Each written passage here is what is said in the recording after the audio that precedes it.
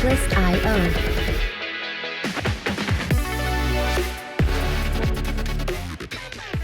Hello there. Welcome to another episode of You Deserve Fresh Lettuce. I'm your co-host, Rachel. And I'm Delia. And today we're going to be talking about leaving your marriage out of boredom, out of like fantasy, out of whatever else other than the traditional reasons people get divorced. So let's dive right in. I've talked to a few people that have been married for 10, 15 years. Sometimes they're high school sweethearts. Mm-hmm. Sometimes they got married in their 30s. It just depends. I talk to a lot of people, especially with what we're doing. You get the calls at 2, 3 in the morning, and they're like, that's it, I'm leaving him. And you're like, going down the line, like, does he beat you? No. Does he cheat on you? No. Does he this? No. And there's a list of things that I always go through. Yeah. And they're like, no. I'm like, what is it? And they're like, I just think he's not my soulmate. You're like, what? Oh my God, put down the notebook. Yeah, so, yes, right? Yes. Oh my gosh. So then you're like, so what has been your experience with this in the past? I think the biggest thing is like, look, I'm a hopeless romantic. So obviously, you know, I'm into all the love stories and the movies and everything. But some of these gurus that are out there, and not to throw shade into the, you know, Twitterverse or whatever we're doing here. But there's a lot of people that they're not even married. They haven't been in long-term relationships. They don't have kids, and they're given this advice. And one of the things is like, marry your best friend. That's always the thing. What is that? And I don't want to throw shade at that, right? Because I think like it's nice that you have someone that you have communion with, that you could talk to. And I'm not saying that, you know, that marrying your best friend's not the correct words to say. But everyone wants to have a best friend, and sometimes friends fight. And so especially if you live together and then you think like, this is not my soulmate because he's not my best friend and we're fighting. And so then they're like, we're just going to get divorced. Oh my gosh, no. People are willing to just throw in the towel just because they don't feel that thing anymore. And so staying in the lane of like the best friend thing, it's really interesting because here's what I find is... Again, we talked about, I worked around a lot of men, so I was surrounded by a lot of men throughout my career. And one of the things I noticed is that they don't want to hear all the things. So, like, they don't want to hear everything that's like, well, I talked to Susie today, and can you believe that she walked her dog in the rain and didn't put slippers on it? And They don't care. So, like, your best friend, that's the person to phone and be like, can you believe Susie walked her dog in the rain and didn't put slippers on it? You know what I mean? Like, that's what best friends are for. That's not what your husband is for. And if you disagree, I love that you're saying that, though. That is so true. Because the guys are always like, get to the point. Get to the point. Because you're like, well, and so, you know, and then, you know, you want to give all the details, and the guys are just very to the point. They don't want to hear the details. Yes. And so let me tell you something. I started my career in sales. And one of the things in selling to men, which I had to do, very powerful men, was that I was taught and I learned to even lower the tone of my voice just a little bit, because as women we're like, hey, hi, how are you? Yeah, and that whole thing. And they at first are like, oh, 60 seconds past that, they can't be hearing that. And it's a physiological thing. Like, they will tune out. They're just like they're just hearing, whoa, whoa. They see your hips moving. Like, they're not even trying to process. And so they tune out really quickly. Yeah. And the same thing with like yelling and nagging and all that. It's just background noise to them. So guess what? If you're going to be talking about all the little things you saw on TV today, all the things you read online, can you believe with the election, like all that kind of stuff, listen. They don't care. They don't care. That's for your girlfriends. So do you think, because you're saying that when you start talking to them and you give so much details, they're like, wah, wah, wah. Yeah. Do you think like when you're actually, okay, so you're wah, wah, wah in there, but then there's actual like valid things that you're expressing to your significant other, and because they've already blocked you out, you have this tendency, which I've heard a lot with marriages, where the girl or the woman says, you don't listen to me. You never listen to me. Do you think it's because they automatically block you out? So whatever you were saying for like the last 30 minutes, they're just blocking you out. So then they're not really, it's not that they're not listening. They're truly not listening. They're truly not listening. And here's the thing. It's because we want them to listen to all the things. Yeah, all the details. But second, we want them to care. Right. And we have to understand we care about everything. They care about very few things. Right. That's so They're true. not even built that way. Okay. They're just not, I'm not even going to dedicate this podcast to this, but just know they're not even built that way. So that's why the whole, I want my husband to be my best friend. Like, think about your vision of a best friend and what you do with your best friend. Right. You maybe go shopping, you have coffee, you chit chat, you kind of go, there's all these things. You voice these opinions you vent about stuff that he doesn't care about, and he doesn't need to hear everything. Right. And so at the end of the day, can you have a nice, lovely conversation with your husband? Of course, he asks something or mentions something, and then you mention something, and then he responds to it, and then you respond to it. Not he says something and then you're like, oh, let me tell you. Yes. You know what I mean? Yeah, like, let him have it. Let him have it. That's just how our brains work. It is. Unfortunately or fortunately, you know, I've made a living out of it. We're doing this whole podcast. Yes, of course. Yes. Right? You're listening to us. We're like your girlfriends. Yeah. Just have that in perspective. So if you're in a marriage and you feel like you're not being heard, or you feel like, do that inventory we talked about in another episode. Do an inventory check of like, what do you feel you're not being heard? Like, so don't mix in all the junk with the quality stuff. Don't put the diamonds and the gems that you need attention for. Of course. Mixed in with all the things. Right? So that's one little tip, right? Yeah, no, I really love that you said what you said, though, about people giving you advice when they've never been married, they've never been divorced. Yes. They're like, well, what you need to do, and this is how you need to date, and buy my books. And buy my books. And let me tell you, this is what you're not doing right. But, okay, you're not doing right, but you've never been married, never been divorced, and you've never had children. So, obviously, there's something that you're missing the mark on, and you're trying to give advice. I mean, it's different when you're in it. And you are coming from a place that you've already been there, done that. You've been there, done that with a divorce. You've been there, done that from trying to rebuild and restructure your life. Versus someone that's just like, well, I talked to enough people.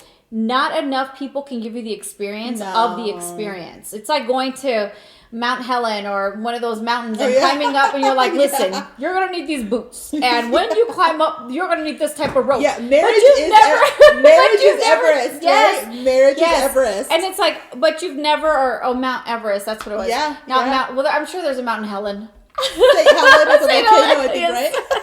Hey, that could be erupted. Yeah, your marriage is either Everest or Helen.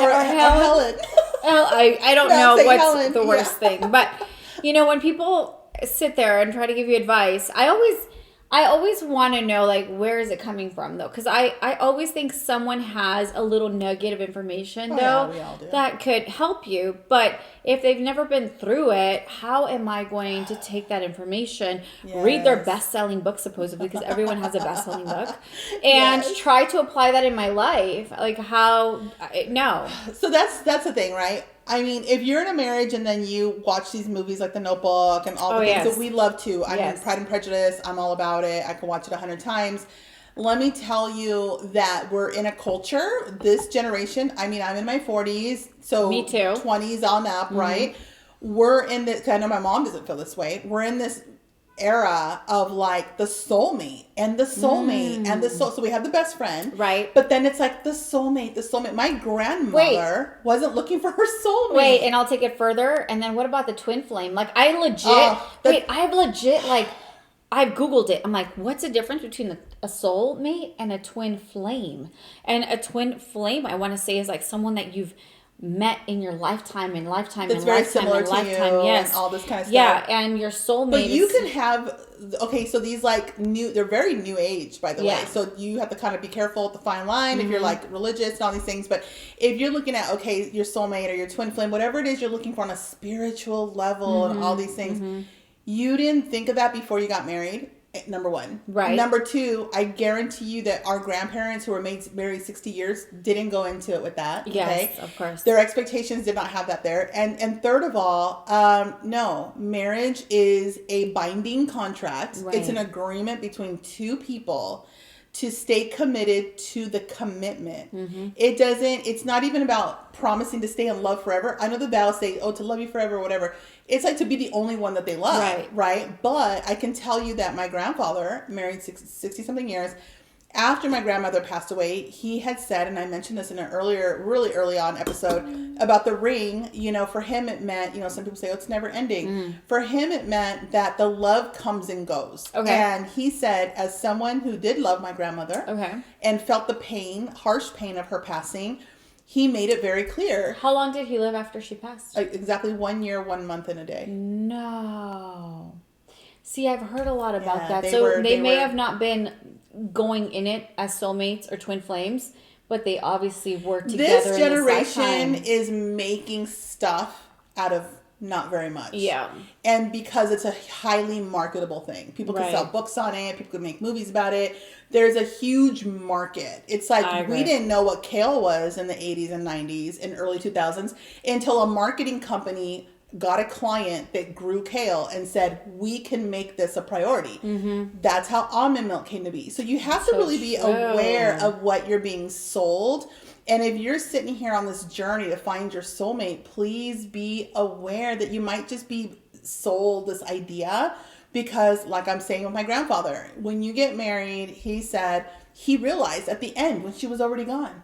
It was like an aha moment that marriage, the ring is because love comes and goes. It's not a never ending thing. It's like love comes and it goes. And when he means it goes, it means you're not getting along. It means she's so annoying. It means he's so annoying. Yeah. It means all these things like, ugh. And then all of a sudden he said, he'll look at her and she'll do this one little thing. It might even be that she gets mad and he thinks it's so cute. And all of a sudden they end up laughing together or whatever. And just like that, he falls back in love.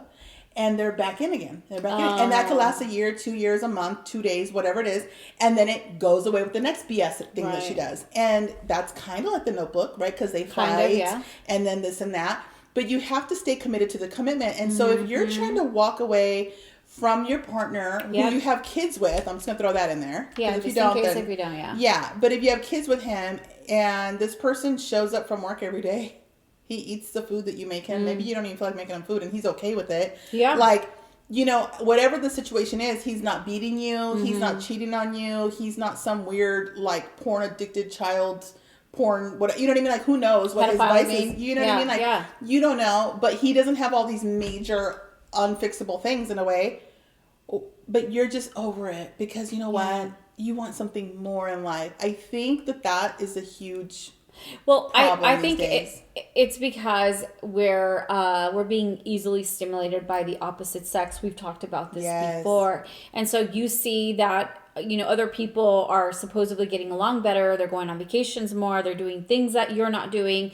But at the end of the day, like, I think that don't look for something better. Make what you have better.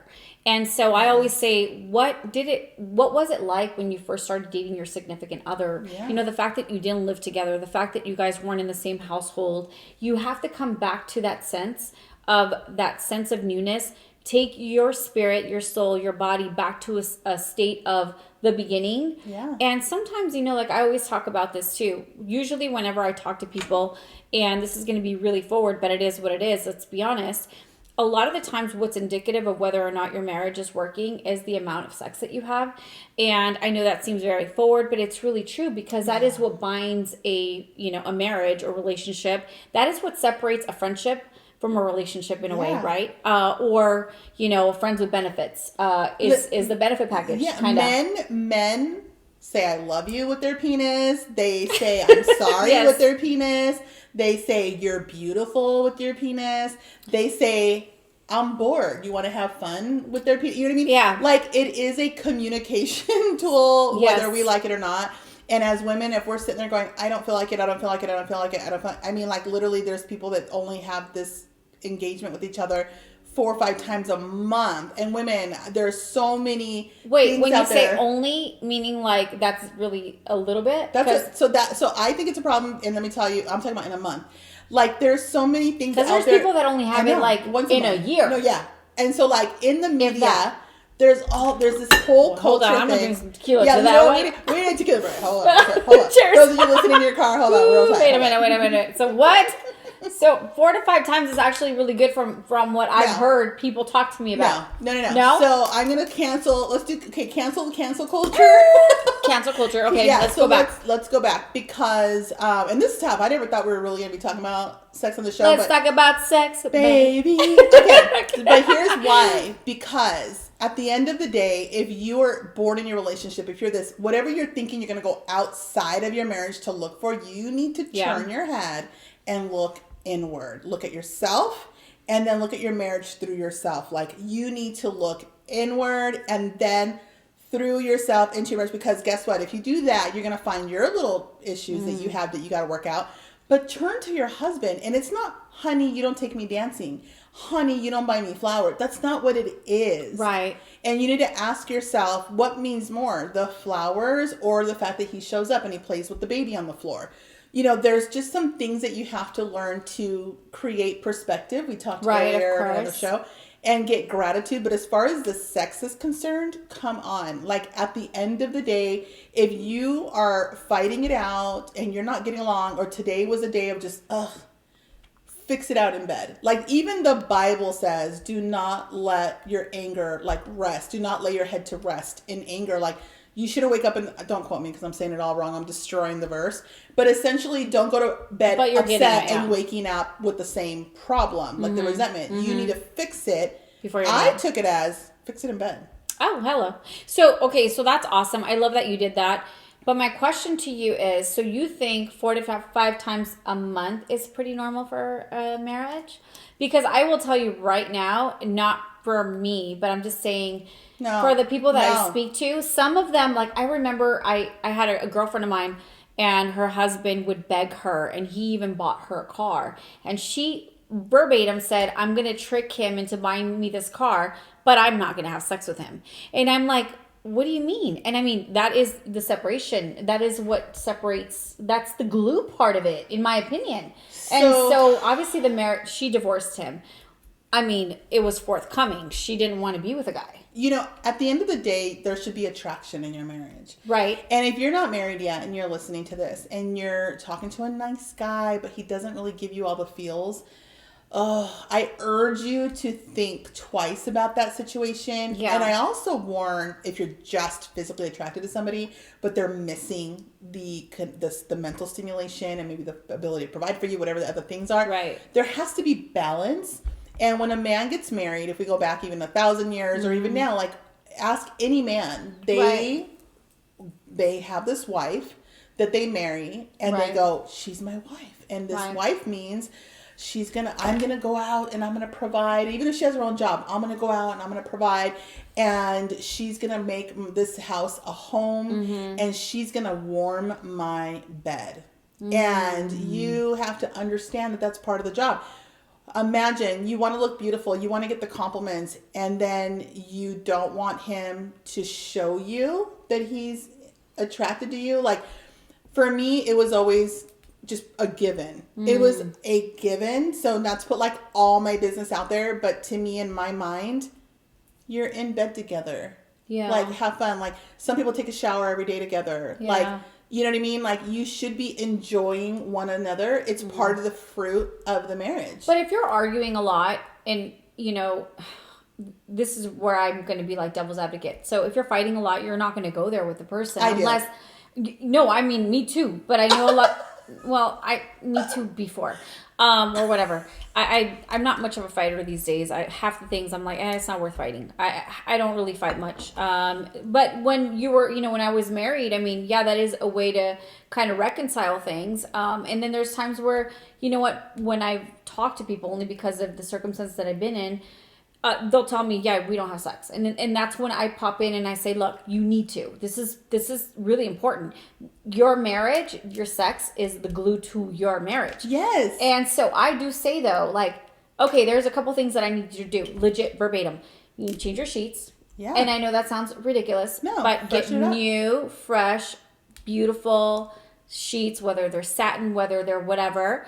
Change the dynamic in your room. Clean up your room if it's messy. Yep. In my room, I mean, I make my bed the minute I wake up. Yeah. But that's different for everybody. And buy new pajamas. Buy sexy pajamas. Like, get candles. Set a mood. I even go as far as saying, because I've had situations with people, young women, young ones that have reached out to me saying, my husband, he doesn't initiate it. Okay. And that's a whole other thing that I can't really feel like I can speak on because I haven't been ever in that situation. However, I even say, sleep naked then. I guarantee you, like if you go to bed and I get you have little kids. Yeah, but I think that's another thing. That's another story too, though. Oh my God, the kids being in the room. You need to get the kids out of the room. But okay, so if you're trying to initiate and you don't know, you guys are kind of mad or whatever. I promise you, if you guys are mad or whatever, you go to bed. Just go to bed naked. Lock the door. Go to bed naked. But it's more than just being naked, though. No. You just don't just lay there like naked. I'm talking about he's mad at you. Okay. Your guys are. Go to bed naked, like just go, and I don't mean fall asleep and drool on yourself. Like, do your thing, like you know what I mean. But go to bed naked, even if you. So you're not saying like no, listen, do a little dance. No. That's if you do that if he's behaving. Oh, if he's yes, but like if he's not, if he's not paying attention to you, you're like laying there naked. I'm talking like he may just be like. No, I'm talking I'm about. not even look at you. What you said. If he's being a jerk and you've been fighting all day. Okay. I'm not gonna go give him the show of his life. That's counter. I'm now rewarding him for his bad behavior. But don't you think you sometimes have to kind of like be like a game of tennis? Like you gotta like you know. It is, but not in that way. Okay. I'm not gonna give him my best performance. That might not be your best. It might be like semi-best. No, what I'm saying is I'm not gonna do a show for the man. Okay. Where he's like, wow, when he's been disrespecting me. But you're gonna sleep naked? Yeah, you know why? Because I'm gonna show him that guess what? I have needs too. You can have this, but you can't have it. But guess what? I'm not with what's happening with the waist up with you. Yeah. But I have my needs too. So let's go. And so guess what? You take your clothes off and you go to sleep naked and you're like up against. He's not. It's like undeniable. He's gonna go. What is happening here? Yeah. This you know what's happening here? You know what's happening here? She's got a knife underneath. You know what's happening here? You're getting what you purchased. This is your husband. That's yours too. I like that, Rachel. That's true. And you're getting what you purchased. Now, if he treats you good, put on the show. And by the way, I'm a show woman. Like we've talked about that on camera. Have. We're show women, and we're not even gonna get into that. But we're show women, and we go beyond. But that's up to you what you want to do. However, what were we saying earlier? You said, with the kids in the room. The kids in the room. Whenever I get a moment to talk to anyone, it's really difficult because people will come to me and they have little ones, and it's like, oh, well, do your kids sleep with you? They do. My kid's 5 or 6 years old. They all sleep with me. Nope. How do you build a sanctuary? Your room has to be your sanctuary. That has to be your temple. How do you build a temple with having all these little kids in there? And then all of a sudden, there's no way that you can really like let yourself go when they're in your space, in my opinion. You've got to get the kids out. It's harder on the moms. Yes. To separate from the kids at night than it is on the kids. My aunt was a brilliant babysitter, child development person, you could say. And when I had my oldest, when he was a little baby, my very first one, he was in the room because he was a little baby. Yeah. He had his own room, crib and all that. And she said, put him in the room. And like, this was like trying to take the bottle away and all this stuff. But he'll be fine. So from a little baby, we would cuddle with him. Little, like I'm talking like a month or two. Okay. I had him close by. By the 3rd or 4th month, by the time he's raising his head and he can lift himself and roll himself, he was in his crib. As he should. And and he would cry and I'd get up and cuddle him and put him back, but he was in his crib. There's no reason once they're flipping around and doing all that for them to be in your bed. That's laziness, and I hate if I'm offending anyone. You could drop comments or whatever, but I can tell you need, for the sake of your marriage and your bridal bed and all that, to get those children in their own room. I agree. And that is it. And if they come in at night, oh, mommy, no. Like from little, you explain, mommy and daddy's room, you knock. From little, you say, mommy and daddy's room, you knock, okay? And you will get the little knock, And sometimes you won't hear it. Just kidding. Oh my God. And sometimes you just won't hear it.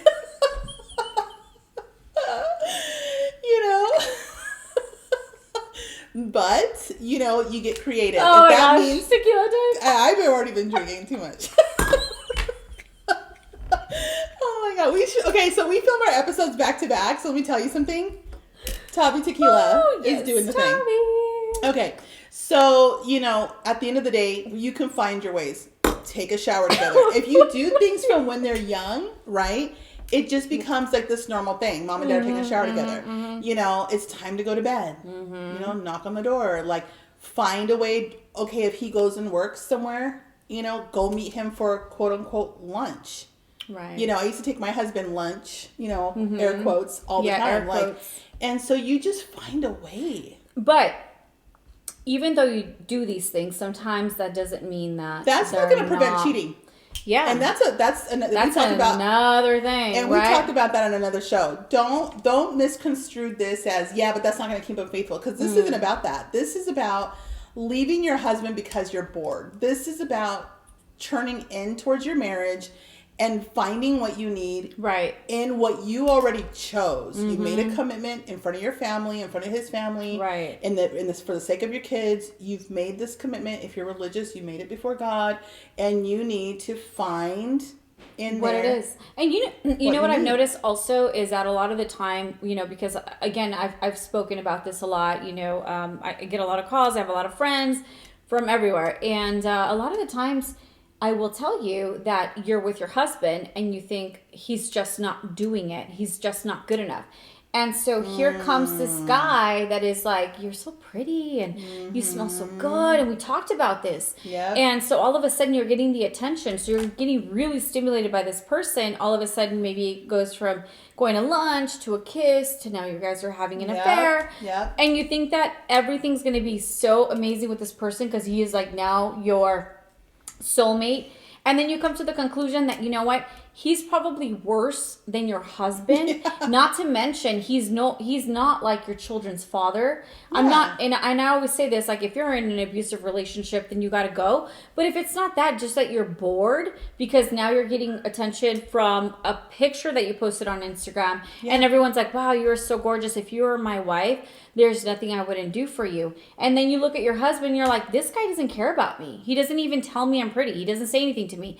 But you have to understand that it will get back to that point also where that guy is going to be bored with you. Yep. So you got to make whatever you have, you got to keep that going. So if that means booking a trip, I always say it's so important that you find a balance, meaning you have kids. Maybe you take off to somewhere local, a 3-day weekend. Just take off on Friday to Sunday. There's always, in any part of the world that you live, there's always somewhere you could visit, just you and your significant other to connect.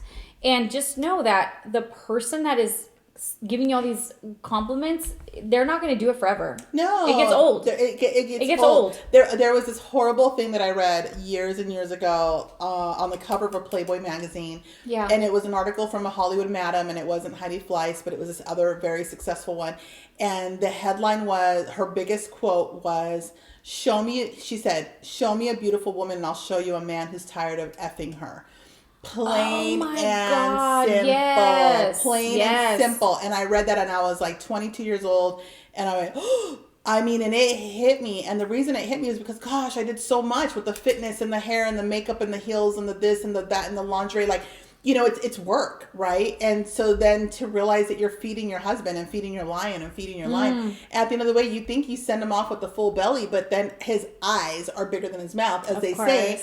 And men are visually stimulated, so they see the girl at work, or she smells really good, or she just got her boobs on, or this and her skirt's really short. And there's a million reasons why men will be men. Look. Yeah, That's men it. will be men. Yeah, and, absolutely. And some go for it. And so this isn't a message of sleep with your husbands a whole lot, so that way, you know, they won't cheat. Not at all. This is more about you as a woman becoming stagnant in your marriage, feeling unfulfilled in your marriage, not because he's abusive, not because he's a cheater, not because he's disrespectful, but it's just like mute. And you are going out in the world, like Delia saying, you're getting overly stimulated by guys who are like at the coffee shop line, you know, complimenting you, going, wow, you look great, or whatever, because that's going to always be.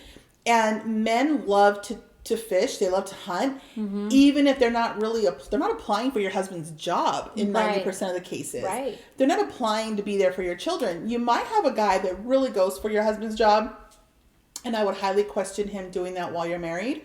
But as a married woman, you're the one that made the commitment. And so if you're out there getting bored and you see all these men complimenting you, that's not your husband's job. And I think we need to redefine what that job is. And what, ladies, we have demanded since the 1960s or 70s or whatever, Equality. you know, to redefine the role of the woman. We don't, not everybody wants to cook, not everybody wants to clean, not everybody wants to whatever. But yet we're not doing that with the men. So at the end of the day, we're still telling the men, now you got to be the person who's complimenting us. You got to be our biggest fan on top of it. Mm-hmm. I think that if you have a man who acts like your biggest fan, you're very fortunate. Mm-hmm. I know that that's a rare thing. It is. And if you're going to base leaving your marriage because you want to find your biggest fan, he could be your biggest fan and still be sleeping with the neighbor. 100%. Oh my gosh, yeah. And he could still tell you you're so beautiful.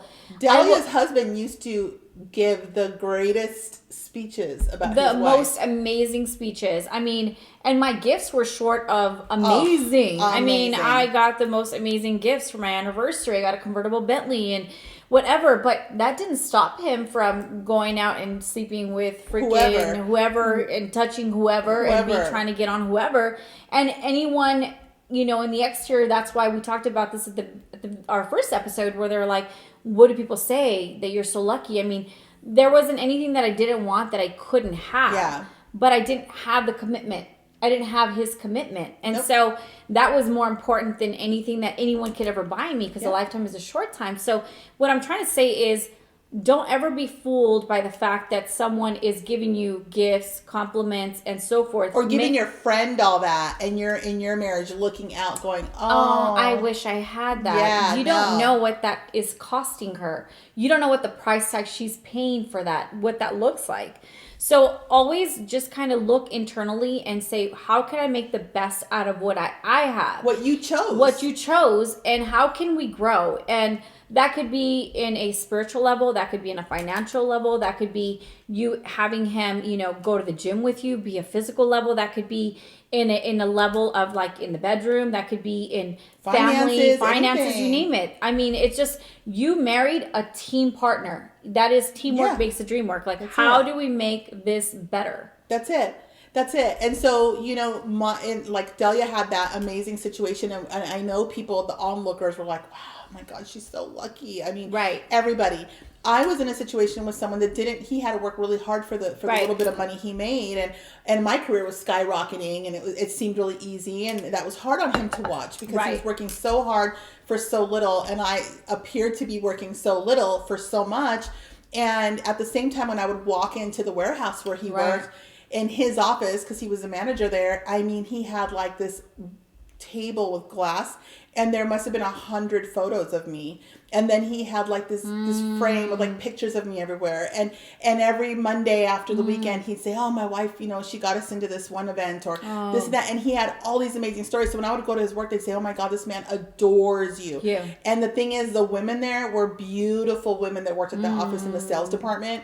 And some of them would kind of side-eye me and look me up and down. The guys, when I'd get there, would be like, oh, the boss is here, you know. And I'd say, why do you say that? And they're like, because this man, like, you have him, like, he's obsessed with you. He loves and let you. me tell you, my husband cheated on me all the time. And I say all the time, even though I caught him twice. Right. Because now he admits every time you had a bad feeling, you were correct. Damn. And he's like, and that's all I'll say about that. And, wow. Yeah. And women are correct. You're correct. Yeah. But I also know that I took the advice of my grandmother and my mother, who said early on, you know, the advice was do everything in your marriage on such a level that if it doesn't work out, you walk away knowing you were the best possible version of yourself you could have been. Right. Until this day, my peace comes from knowing I was a better wife than he ever deserved me to be. Right. He didn't earn that. Being an amazing wife isn't something that he should be made to earn. Right. That's for your own peace of mind. That's for your own self-pride. To say I did everything I could do. To say I look the best that I want to look. I did everything I could do. I feel happy. I'm in a great place for myself mentally and spiritually. And yeah, you know what? 15 years ago, I married this lump on a log over here. Yeah. Who's just like cracks up at Funniest Home Videos or whatever he watches or Discovery Channel. But that's your hairy lump of log. Like, go over to him. Sit with him.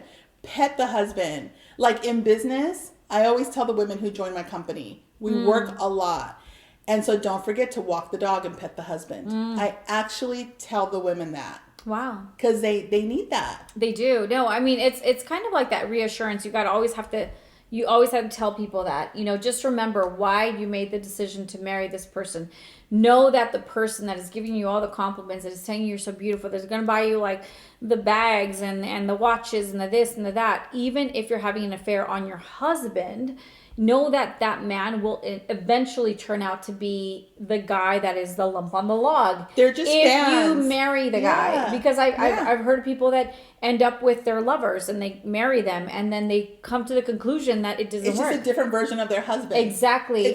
But now you don't trust him because you guys started off on the wrong foot. Yep. So I think all the time I always say, if you can, you know what? Change the energy in the bedroom, change the bed, change the sheets, get beautiful lingerie, get, book a weekend getaway, like get the kids out of the room. You know what? Do your hair and makeup on a Tuesday night just because, or on a, just if he's going to sit on the couch, go sit with him and be dolled up and perfumed up and looking sexy. And if he's like, what? Mm-hmm. What are you doing? Just be like, what are you doing? What are you doing? Yeah. Just make a thing out of it. Like at the end of the day, do what makes you feel beautiful and what makes you feel great. Because when you go in the world and all those guys are like, hey, those are just your fans. You know what I mean? They're your fans. Those are not your partners. No, of course. At the end of the day, there's value. Your husband brings value, and it's time to just look inward and go, okay, like maybe you've outgrown them. That's a big thing. Like, oh my God, I worked on myself mentally, spiritually, financially, physically, and now I've outgrown my husband. You still chose that husband. You still purchased, him, just like he purchased you.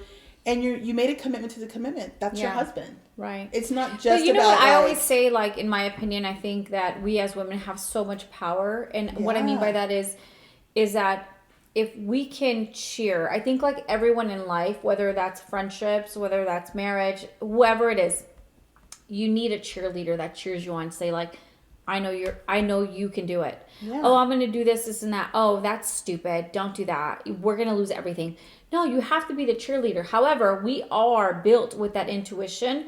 So if there's something inside you that says, don't do that, that's going to be a big loss, then you have to kind of go with that intuition. However, you always have to be the one to cheer your husband, your partner on, to say, I think you're a badass. There's no reason why you can't do that. You're you a bad motherfucker. Yep. And that's always what I say, even to whomever I'm talking to, like the women. I'm like, you got to cheer your husband on and tell him, you're bad. You can do that and more. And so a lot of the times I think that we need that Bonnie and Clyde, more than a best friend. It's like that whole, you know what, you got the looks, I got the brain. Let's make lots of money. Let's go. Let's be partners. And you have to know how to balance that out, in my opinion. That's what I always tell everybody. You do. And you got to figure out what that is for him and for you. And like Delia was saying, if you want to go do something and he's kind of shooting you down, if you trust your gut, you should just move forward and choose your battles. And that might be a battle worth having. Right. Meaning go do what you got to do to get your family ahead, to get yourself ahead, to get, you know what I mean? And I'll give you an example. This will be like, I'll kind of leave you with this. But for me, after when my husband and I were divorced, he said, one thing I regret is that I wish you wouldn't have listened to me all the time. Because he would actually be like, no, and then I'd go, okay, fine, because I didn't want to fight. Right. And he said, I wish you wouldn't listen to me because you were right more often than not, but it was like his pride, his ego, okay? So here's the thing. I'll give you an example. We're in Las Vegas. We leave Vegas. We have a lot of Vegas stories. Yeah. And we leave Las Vegas, and we had a great time. We're coming back, and we had our convertible car. We loved our car. Yeah. And we're heading back with the top down, kind of looking wrecked, right? Because we went hard in Vegas. Yes. And then I say, let's stop at State Line. So anybody that's familiar with Vegas, there's like Whiskey Pete's and whatever it is, Buffalo Bills or something. And so I said, let's pull off because I'm going to use the restroom, whatever. So we pull off or whatever. And he sees these machines that I had been playing in Vegas, which are like the Bucks, the Mega Bucks or something with the eagle. They're the progressives. They pay millions upon millions of dollars. Right. And so he sees it and goes, don't even think about it, because I was like spending money in Vegas. You were like on it. Did you win in Vegas? No. Or you're just doing it? You're just doing it. I don't come to win. I come to have fun, I come to play, And so I'm really a blackjack girl, but that was my slot. Yeah, and so anyways, he goes to the restroom, and I was supposed to go to the restroom. And I didn't, because I saw the machine. It said 36 million. It was scrolling. And I was like, oh, come on. I got like $100 left. Let me do it. So I go in and I'm like, bling, bling. And I drop $3 because it was $3. And I pull it and it just does whatever. Right. And then I put the next 3 in my hand and I go like this and he goes, Rachel. And then I go, no, it's okay. I'm like, I have like $100 left from our gambling money or whatever. And he's like, no, this is so dumb. Like, you could be playing the machine right next to it and only put $2 and you'll still win like $5 million if you win. And let's just face it, you're not going to win. Right? I mean, that's really like what the odds are. Yeah. And I was like, and he's like, really, we're going to fight about this right now? And I just thought, yeah, I'm not going to fight about this. It's no big deal. So as I'm moving over, this guy with his shorts, total, tourist with this floral shirt and shorts and Crocs or whatever he's wearing, he goes, are you done here? And I go, yeah, I'm moving over. So I get my purse and I go to move over and I'm still adjusting the heavy chair to get it like in front of the machine. This dude's standing there and he goes, cling, and he throws in money. He pulls it and he gets all the Eagles. No. Which means $36 million. No. Yeah. Ah! Yeah. Did it give you like a percentage? It didn't do anything. Okay. And I went, oh, because I could see it. And I go, what did you do? So I start yelling at the man. What did you do? Because it didn't pay him. So I knew he only put $1. And so I was like, what did you do? And he goes, oh, I don't know. Oh, the guy's freaking out. He starts putting more money and it's over. Like, it's over. Like, and my husband's like, oh my God. And I looked. So what did he win? Nothing, because you have to put 3. He won like some little whatever, but it wasn't like $1,000 or $1 million. So you're saying max bet $3. You have to put a max. So that means he might have won like $300. Yeah, like so whatever. But whatever it was. But I think the machine was rigged. No. See? No. So what I'm trying to tell you is like I was right there at that moment to put and he told me. And so I listened to him. And let me tell you, we went from like driving in the car, the top like, down, my hair flying like, yeah, to like quiet. That like, ride home. I am never going to listen to that ride home, 3 hours, silence. It was the most quietest time we've ever spent together. And let me tell you, that's a grandiose example of that, right? It's kind of a fluke. Chances are there's a timer in there and I would have missed it, whatever. However, that's how it went down. And that's a perfect example of lots of things in our life. From we should buy that piece of real estate. We should go invest in this stock. Like the amount of things that I called that he said, no way, we can't throw 10,000 at that. No way, like we're going to lose too much money. I mean, the amount of, he just didn't have what I had. I have a little bit of a risk taker side of me. But see, that's probably where you could have come in and like pushed him to do it. So that's where like my brother-in-laws were like, Rachel, you need to but because I wanted to be a great wife and I didn't want to fight, I sat there and said, okay, I'm not going to argue about this. Is this worth the fight? And so the message I'm trying to take away from you or give to you is, if you feel it in your heart to go do something, go do it. You don't have to leave your husband to go do these things. You can flourish within your marriage to the best of your ability. But that doesn't mean cheating, though. It doesn't mean cheating. Yes. You know what I mean? Like, you don't you want to start a little business, and he says, you can't do that because we need your income. Then do it on the side. Right. Whatever you're spending time watching Netflix, on your phone, on Instagram, whatever you're doing extra, those 2 hours, 3 hours, you could be doing a side business. I agree. So remember, you can do a lot of things within the marriage you already have. Right. You just got to reinvent it. Right. Reinvent the wheel. Not really. Reinvent the marriage. Yeah, reinvent the marriage. You just make it work. Like, just do the work. I mean, the guy that's giving you the compliments is going to give you the compliments forever. He's going to end up being the log or the lump on the log at the couch. He's going to be the same guy. Like, you just got to really take what you have, if it's your marriage, your family, your kids, and just really try to work on that. However, like I always say though, if you're in an abusive relationship, that's different. If he's cheating on you, that's different. Of course. I can't argue with that. Like, you got to do what you got to do. But you know what? At the end of the day, fight for what's right. Yeah. Turn inward. Turn to your marriage and do what you got to do. Soulmate, best friend, number one fan, it's whatever. Probably not going to happen. But he's there. He's what you got. Work with what you got. Yeah, that's it. So, and that's all we got for today. So... All right. Well, thank you for tuning in. At the end of this, we're going to play a little mantra for you with some soft music. If you're watching on YouTube, please take a look and you can screenshot it. If you're listening on the podcast, take a look at the show notes below and we have it written there for you. Don't forget to follow us on social media, Rachel Medina 101 and Delia Monarch or YDFL. Or YDFL podcast on Instagram. Yes. So, cheers. Cheers. Woo. Bling.